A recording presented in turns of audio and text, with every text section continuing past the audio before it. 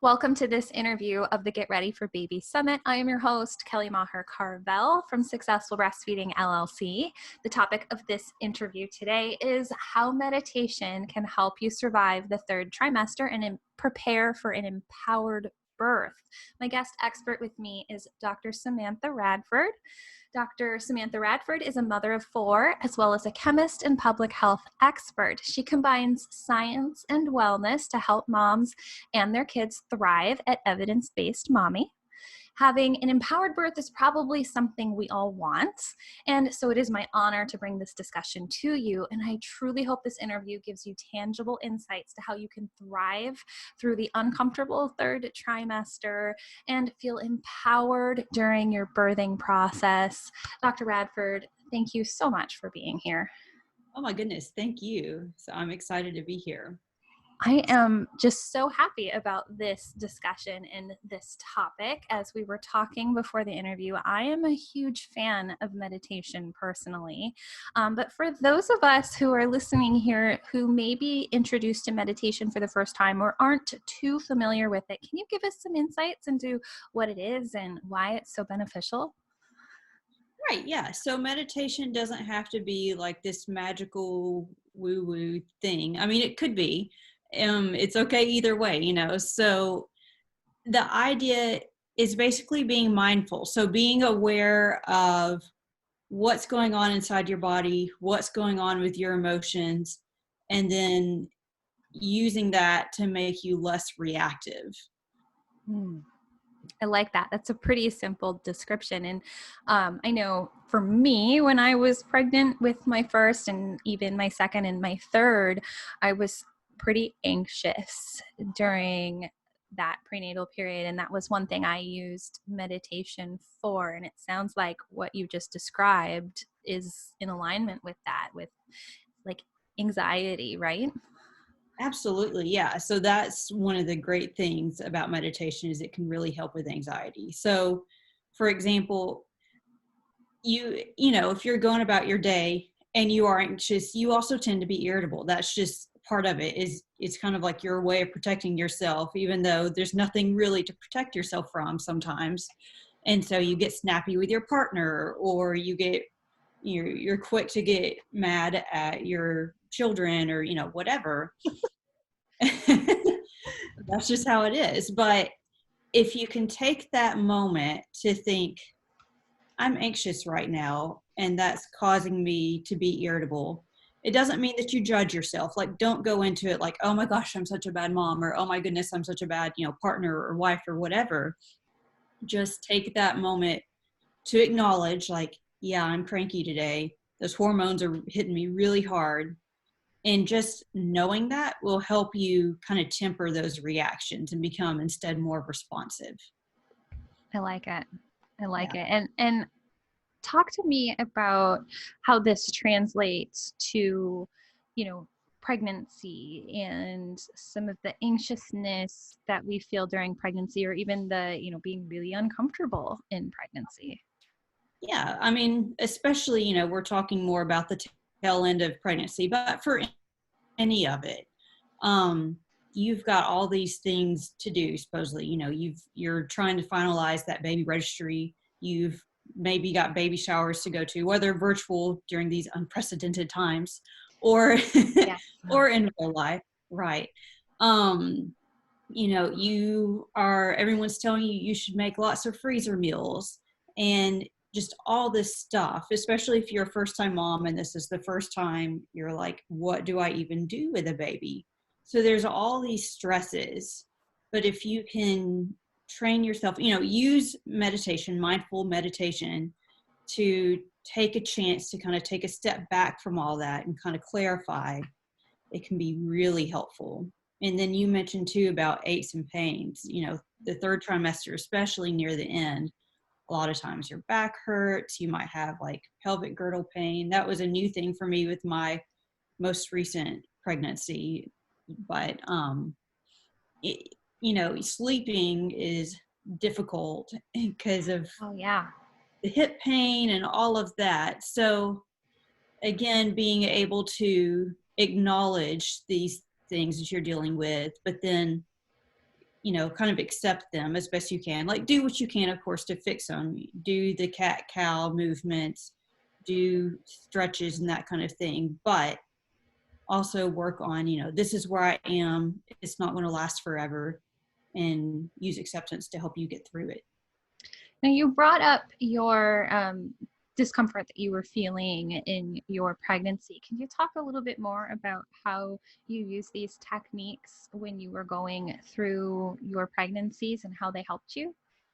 Sure. So, for example, one of the things, again, especially in the third trimester, a lot of times it's hip pain. So you're trying to sleep and maybe you've already got a pregnancy pillow, which I highly suggest, but you've got all these pillows holding you just the right way, but still not the way you really like to sleep, because I'm a stomach sleeper when I'm not pregnant. And my friend made some meditations for me. So she's a yoga teacher. She's a certified massage therapist and all this great stuff. And so I was telling her how I would love to, I wish I could just have her voice in the room with me for birth. And so she was kind enough to actually record these for me. And so she recorded both a guided relaxation and a yoga nidra, which is basically a guided relaxation that kind of helps you get into sort of a semi-sleep state. And I would listen to that yoga nidra pretty much every night to go to sleep. So it was fantastic because I was getting a chance to relax, a chance to feel better, and get to sleep easier, all with just this yoga nidra relaxation that my friend made me. That's amazing. So you can actually use these meditations and listen to these meditations, and it really does help with going to sleep. And I agree with that. I used meditations as well during my pregnancy and still do to this day. And there was one meditation in particular that I would listen to every single night. And Mm-hmm. in my experience, and you can tell me if this is the same for you, every time I would listen to it, it was like I just was falling asleep faster and faster every single time I would put it on, and it was just glorious. Yes. Yes. So I had a particular meditation that I did that with my third pregnancy. And what was really fantastic is when it came time for birth, and with my fourth too. But anyways, when it came time for birth, I had a hospital birth, but it was unmedicated.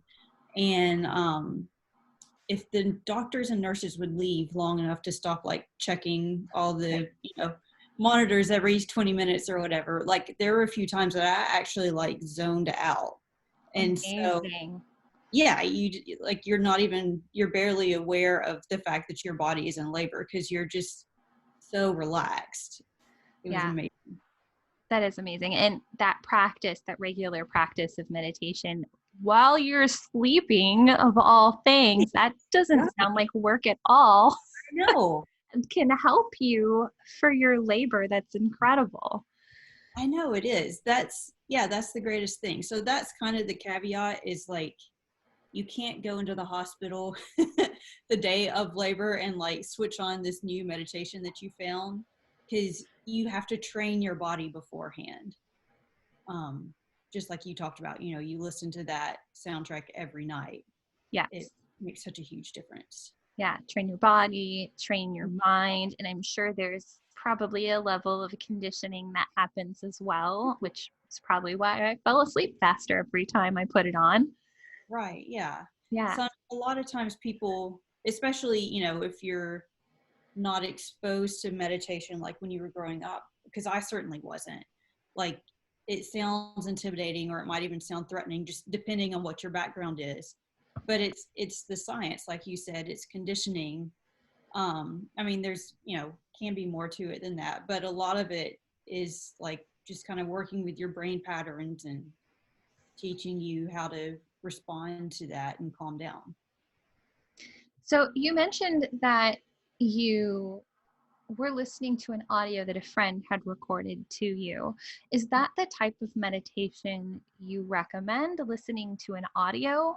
Or is there another form of meditation that is more beneficial or more effective? Does it not matter? Mix of both? I mean, I would say a mix. So like I said, my friend made those meditations for me, and I actually have been able to share those since then, which is really great.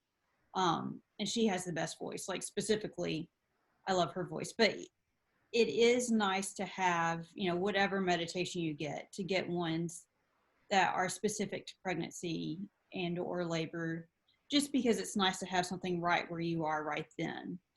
But with that said, it's once you've gotten used to these guided relaxations, these audios, you can extend that more into day-to-day life, because we were talking about the example where you're irritable when you're snapping at your partner. Like, you're not going to drop it right then and like sit down and do a 20-minute meditation. No, No, probably not. that's not going to work. But you have taught yourself to be able to be mindful. So it's almost like you take a little bitty meditation in that moment. Or another thing that I enjoyed, some people don't have very many Braxton Hicks contractions. I always had a lot of Braxton Hicks contractions. Like, mine started probably by like 20 weeks or something. That's just how my body did. So to help me get ready for labor, because like I said, I chose my second birth was unmedicated, and it was so fast that it just sort of happened that way. But the third and fourth ones, I chose to do it unmedicated. But one of the ways I would practice is every time I would have a Braxton Hicks contraction coming on, I would stop and I would close my eyes and just, breathe slowly, take that deep breath in through the nose and then out through the mouth. I always like to think about relaxing this point right here in between your eyebrows. I feel like that's a good place. Like, if you can keep that relaxed, even when you're stressed or even when you're in pain or whatever, like, you can pretty much do anything. Because you'll notice, like, if you're just walking around just day to day, how often like this little area is scrunched up, or if you relax your jaw, because it's often that we hold tension in our jaw and don't even realize it. Yeah, And definitely. I know my back teeth hurt when I'm stressed out. yeah. And what's interesting too, like, I don't know, I haven't researched the science behind it, but I know there's like some sort of mind body connection between your jaw and your pelvic floor. So again, when you're in labor, you don't want to have your jaw clenched, because somehow it sends signals. If you can keep your jaw more open and more relaxed, that's really going to help you get through labor. Yeah, and I have again, like you said, not personally dove into the research Right. behind that, but I have also heard that about your pelvic floor, that your breathing and your muscles here can affect your pelvic floor. And I know from a research standpoint, just with the work that I do, how crucial your muscles are to the way you can open your mouth. Like, when I'm looking at a baby, if their hips are off, it can affect how wide they can open their mouths, right? So I can see how that could be true. And I could also see how that translates into meditation. Mm-hmm. And if you can relax these points that you're talking about at your forehead and your jaw, how Mm-hmm. that can relax your whole body and release tension throughout your body to help you have an easier, more relaxed labor. Yes. And again, we're talking about still prenatal. It helps with all the stress and tension in your body while you're pregnant too. Mm-hmm. Yeah. And I'll say too, when I was giving birth, Mm-hmm. anytime I felt pain in my body was Mm-hmm. when I was like working against and fighting the contractions and everything that I had going on in my body, and I would tense up. But as soon as I could just surrender to Mm-hmm. it and release and relax and let things go, that is when the pain melted away and it became a tolerable experience and I could relax and let go. But Right. like you said, it takes practice to get to that point. Yes. Even with things as simple as like putting your baby to bed or your toddler to bed. Like, I was still rocking my second child I rocked my babies, to sleep for a long time. And so my oldest one, and this was before I was as into meditation, I would get very stressed and I'd be like, when is she going to go to sleep? And I would like, my whole body would tense up. And I mean, I'm sure, that translated to her too some. But then when I was trying to put my second child to sleep, around that same age, like I took that moment, I could use mindful meditation right then. So I'm in my rocking chair and I feel my feet on the floor. I notice my feet on the floor. I can feel her little behind in the crook of my arm. I can feel her head in the crook of the other arm, and just like really noticing these things. It takes like, when is my child going to sleep, from that stressful experience to a really nice connecting, relaxing experience.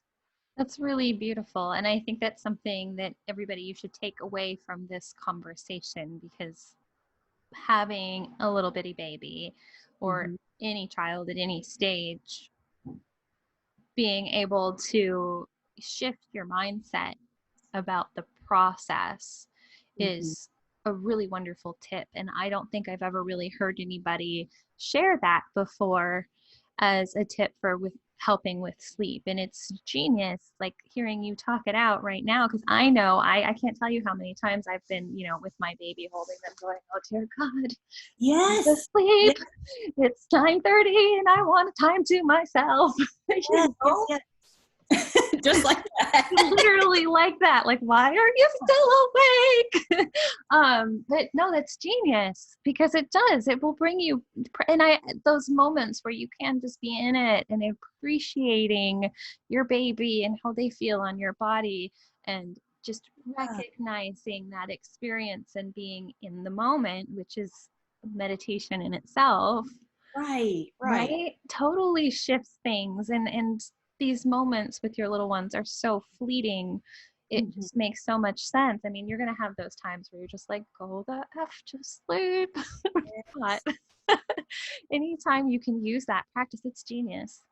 Yeah. Well, I mean, yeah, because my baby is 11 months today, and this is the last baby. But I'm like, oh, he's almost a year old already. I'm like, it's not fair, but Yeah. you know, but that reminds me too.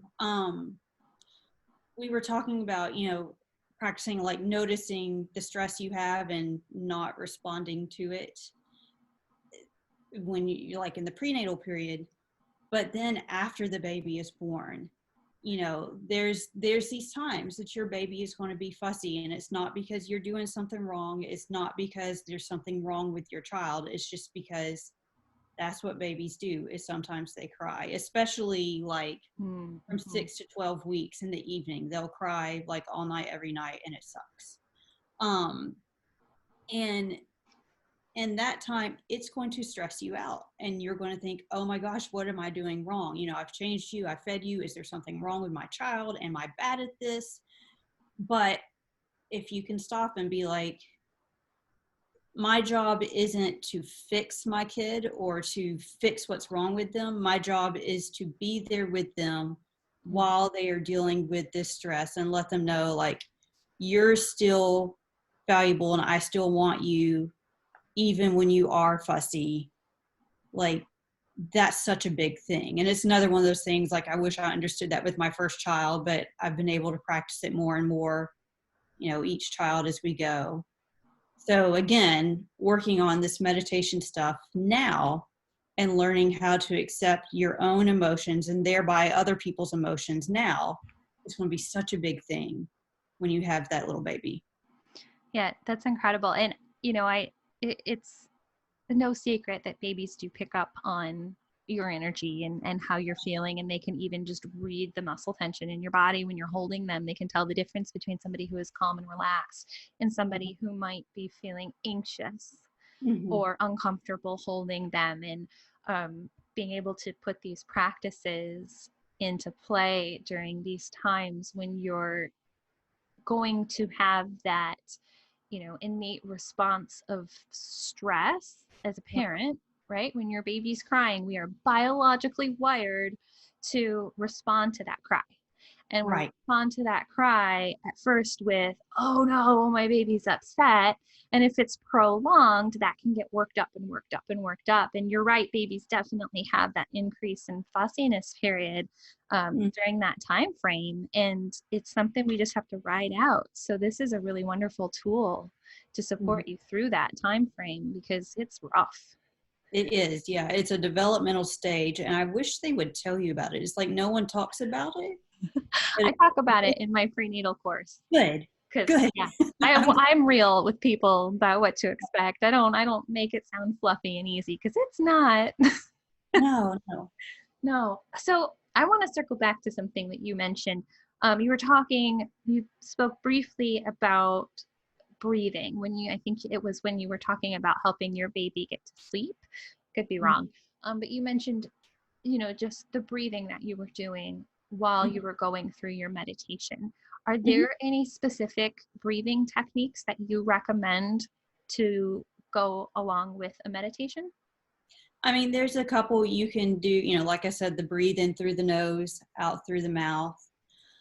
Um, One that I really like, and this is when I'm not necessarily listening to a guided meditation, but just like in another instance, is so breathe in for, hold for 4, and then breathe out for 8. So when you, again, this is something that like I haven't looked at the science behind, but I know I've heard somewhere, kind of thing, that particular breathing pattern actually helps relieve stress and anxiety. Yeah, I've actually heard that before as well, and practice that. And I can say from a personal standpoint that that's actually one of my favorite tools for Yes. breathing when I'm feeling anxious. And I think Mhm. that I used that, if not a similar one, when I was in labor. Yes, it works for labor too. So square, some people call it square breathing, because like in, out, or in, hold, then Out. out. But Yeah. yeah. Okay. Yeah, that's interesting. So we mentioned using this for unmedicated birth. Mhm. What about those of us who might be either planning an induction or planning a cesarean section? Or what if we're, going through our laboring process and we are Something. now in a scenario where, a cesarean section is being um, is what's happening, or another intervention that we didn't plan for. How can we use meditation if we're not planning a natural birth? I'm glad you mentioned that, because I meant to say that is like this is still helpful whether or not you plan to have an unmedicated birth, or whether or not like you're going to have a cesarean or an induction or whatever, because again, that may or may not have been what you wanted. Like maybe you didn't really want to do a cesarean, but that's the way it's going, especially like you said, if it's an emergency one. Um, and so, you've got these emotions, and you might be fine with it. That might be exactly what you want, and that's good too. But regardless of how you're feeling about it, birth is still like kind of, an intimidating process, especially if you've never done it before. So Yes. regardless of how it works, being able to accept, like, this is what we're doing. I feel really nervous about it, but it's going to be okay. You can still use that mindfulness to help. Yes. And I would imagine too that if even if you're going to the hospital knowing that the plan is to have a cesarean section that day, Mhm. that waiting, right? I did not ever have a birth like that, but every time I hear about somebody who has a planned cesarean or a planned induction, my mind immediately goes to like that last week must be like the longest week of your life Oh, to I bet. know that it's happening on this day and just having to wait for it, right? Right. Like that waiting period, or like even just that moment where you're waiting in the waiting room at the hospital, like the Oh anticipation, my okay, this is goodness. happening now, we're here in the moment. Like, I can imagine that this would be a really wonderful practice Yeah. um, for that scenario as well. And probably also for those of us who have no idea when our baby's coming, Yes.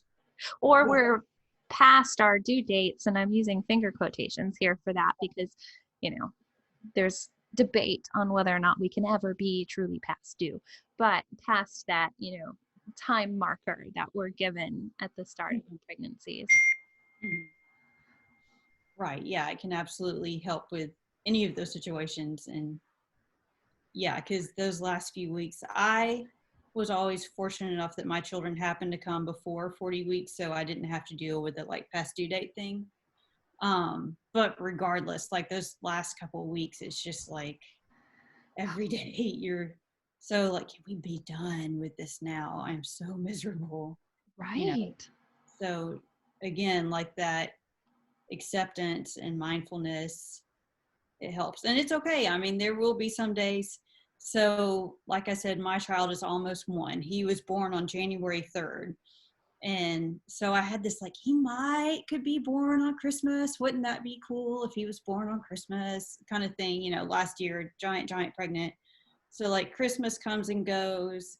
And so it's December 26th and just, there's like explosions of just toys and just stuff everywhere. Like Oh, it's, Is that always after Christmas? Because my house is like that every day. I don't know. Oh, well, I mean, right.